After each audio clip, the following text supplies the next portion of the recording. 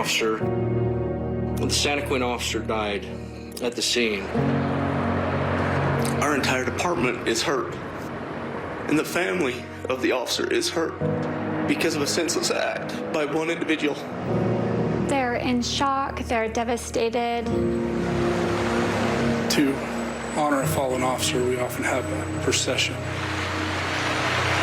We have an incredible community.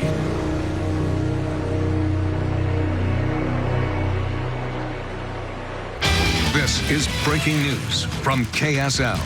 Heartbreak, shock, and tragedy in the small Utah County town of Santaquin. An officer hit and killed by a semi-truck. Police say it was intentional. The driver then flees from police and later is captured in Vernal. We have team coverage tonight. Emma Benson is live from where it all happened. Shelby Lofton is live along where the procession took place. But first, let's go to news specialist Andrew Adams, who spoke to investigators and takes us through exactly what happened on I-15 this morning. Andrew. Well, Dan, really a wild, sad, and tragic chain of events that unfolded and has turned into this currently, which is a memorial that seems to be growing by the moment. People bringing by flowers, people from the community just dropping them off and leaving them there. It started this morning in central Utah with a call to 911 and dispatch. The report was that someone was standing on the back of a semi-trailer that was headed north on I-15. They're told the Santaquin officer was assisting with that call. Of course, this was the scene afterwards on I-15, a scene that left the freeway shut down in both directions for hours. Investigators say officers spotted the semi before 6:30, and they simply initiated a stop. But it was during that stop that the situation went south. The driver of the semi fled and drove northbound a short distance before turning around and driving the wrong way back towards the Santaquin officer as well as the UHP trooper.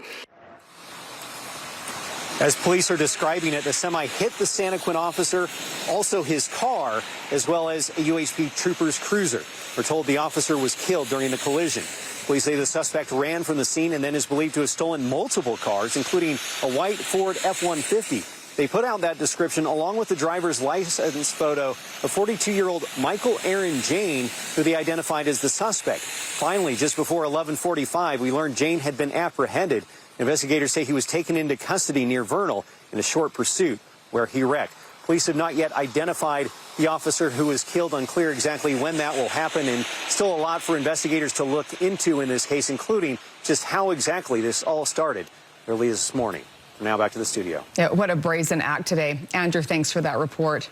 Well, we can only imagine the heartbreak and loss the family of this officer is going through. No one knows that better than Shantae Johnson. Her husband, Officer Derek Johnson, was shot and killed during a traffic stop 10.5 years ago. Shantae is now the family liaison with the Fraternal Order of Police. She met with the family of the fallen officer in Santaquin just this morning. They're in shock, they're devastated. They're just feeling the ultimate loss, and they just don't know what to do, and they're searching for any answers that they can get, and they just want to wake up from this nightmare. Shantae says the love and support from the community and the women and men in blue is a huge help for the family as they try to move forward. She says she was comforted to see an outpouring of love and support for that family at their house today. Well, a tribute to the fallen officer. Dozens of police cars and emergency vehicles lined up to escort the body to the state medical examiner's office. Utahns also lined overpasses to honor him. We have team coverage on the procession, and we start with Emma Benson live near the scene where this all started at around 6 this morning. Emma? Yeah, Debbie, it's really just a devastating turn of events here in Utah County today. We are here at the scene of the crash. Take a look. We are at milepost 244 in Santaquin, northbound I-15, where that police officer was hit and killed early this morning. And earlier this afternoon, as was mentioned, there was a procession for the fallen officer to transport him from this location to Taylorsville, where the medical examiner's office is located. A long line of police vehicles followed that ambulance, with people standing out in the rain to pay their respects.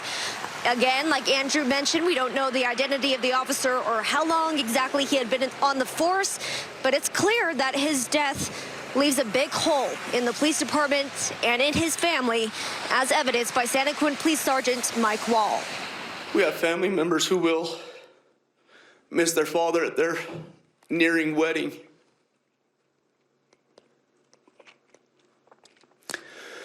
But I can assure you, we as a police department will stand up and we will be there, and we are one family.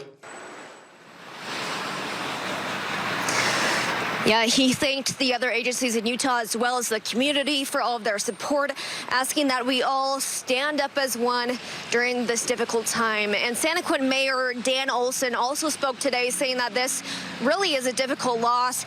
He said that we, quote, will do our best supporting each other, loving each other, and loving those men and women in blue that serve us every day. Truly a heartbreaking day for this community. Reporting live in Santaquin, Emma Benson, KSL 5 News. Back to you. Yes, very heartbreaking indeed. Thanks a lot, Emma. We continue our team coverage now with Shelby Lofton, who spoke to people in that line of procession en route on those overpasses on the freeway. Shelby, a real show of support out there.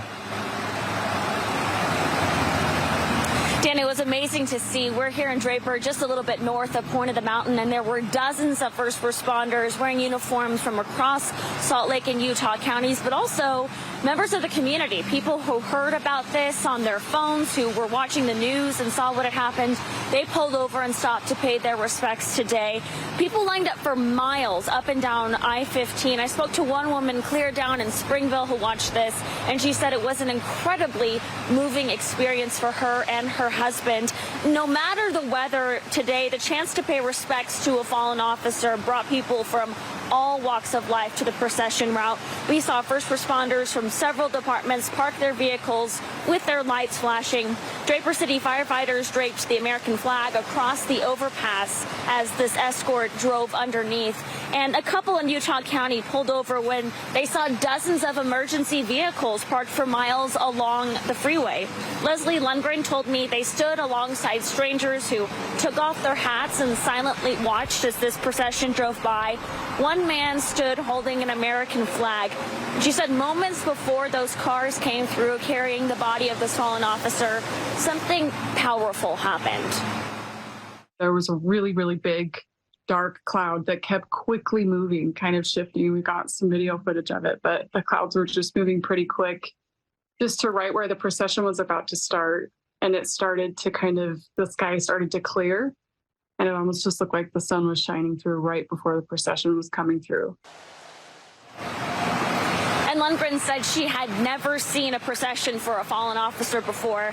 She says ever since that moment, she's been reflecting on the sacrifice members of law enforcement make, as well as their families. And coming up on KSL 5 News tonight, we're going to talk to a woman who knows that sacrifice all too well. We're going to hear her story, the woman who spoke to the family of this fallen Santaquin officer. We'll also be down in Santaquin talking to community members following this tragic loss from that tight-knit small town in Utah County. I'll send it back to you. And a heartwarming show of support today. Shelby Lofton live for us. Thanks. All right, we'll continue our coverage tonight on the KSL 5 News at 10. You can also get updates sent to your phone through the KSL Plus app.